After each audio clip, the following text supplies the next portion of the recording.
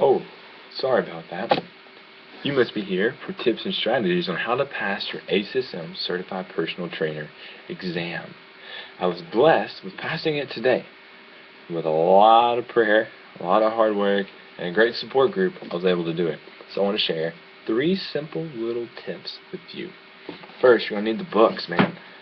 ACSM, right here, Personal Resources for the Personal Trainer. You're going to need this book. You're going to read it from front to back. Understand your biomechanics, understand your anatomy, understand how to prescribe exercise to the general population and to special populations. Get intimate with this book, okay? Next, you're going to know your ACSM certification review. Read the books, quiz yourself. There's a small section here that is specially for the certified personal trainer. Read the practice test, check out the answers in the back, understand the concepts. Next, your ACSM guidelines for exercise testing and prescription. This is going to be a very, very handy book, so don't neglect it. It's kind of like your bridge to both these books. It's going to bridge your knowledge together in your brain there. Okay? It's really dense, so I recommend focusing on chapters 7, chapters 8, chapters 3, and 4. Alright? If you focus there, if you don't have any other time, read those chapters for sure. Know them. It's going to help supplement the rest of what you're already reading.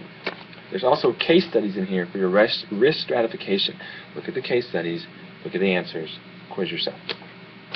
Alright, so that's the first thing you need to do. Second thing, you need to register for a webinar. Expensive? Worth it? Okay, so do it. You're going to get a PowerPoint. The PowerPoint is going to be really narrowing down your focus. It's going to give you an audio of the lecture for the PowerPoint. Not only that, you're going to have access to questions to a professor who's going to respond to them personally back to you and give you responses back to other people in the webinar. So your questions and responses, other people's questions and responses. Super good, totally worth it. Alright, in addition to the webinar, here are some ideas you need to start looking at. Some things you need to focus on while you're studying your muscles. Don't just know identification, location, but know like conceptually how a muscle works. Know at angles which muscle is doing the flexion, which is doing the extension at that angle. Know your primary movers during an exercise, such as a bench press, a lateral deltoid raise. And then not only that, but know the plane of motion you're moving in. Is it sagittal? Is it transverse? Is it frontal? Is it coronal? Know the different names. So know your major muscle groups and how they work, not just location or identification. All right. When you're studying the heart, you need to know blood flow like the back of your hand. So from the inferior vena cava all the way through. So know the chambers, know the valves, know the muscles that open up the valves, and then know the major arteries, and know when and how it goes from the lungs. Also, in addition to knowing the blood flow of the heart, know the electrical impulse of the heart from the SA node all the way down. That's going to be very important. Alright, now when you're prescribing exercise, you need to know the frequency, intensity, time, type, progression, volume, and progress of cardiorespiratory endurance for the general public and resistance training for the general public.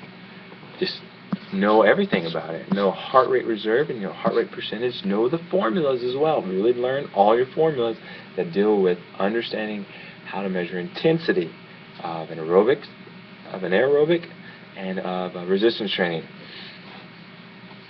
Alright. Understand the acute changes that happen with exercise as well. Does systolic blood pressure go up? Does diastolic go down with inducing a cardiorespiratory endurance or inducing a resistance training program? Understand heart rate changes. Understand metabolic changes that occur with this new type of training.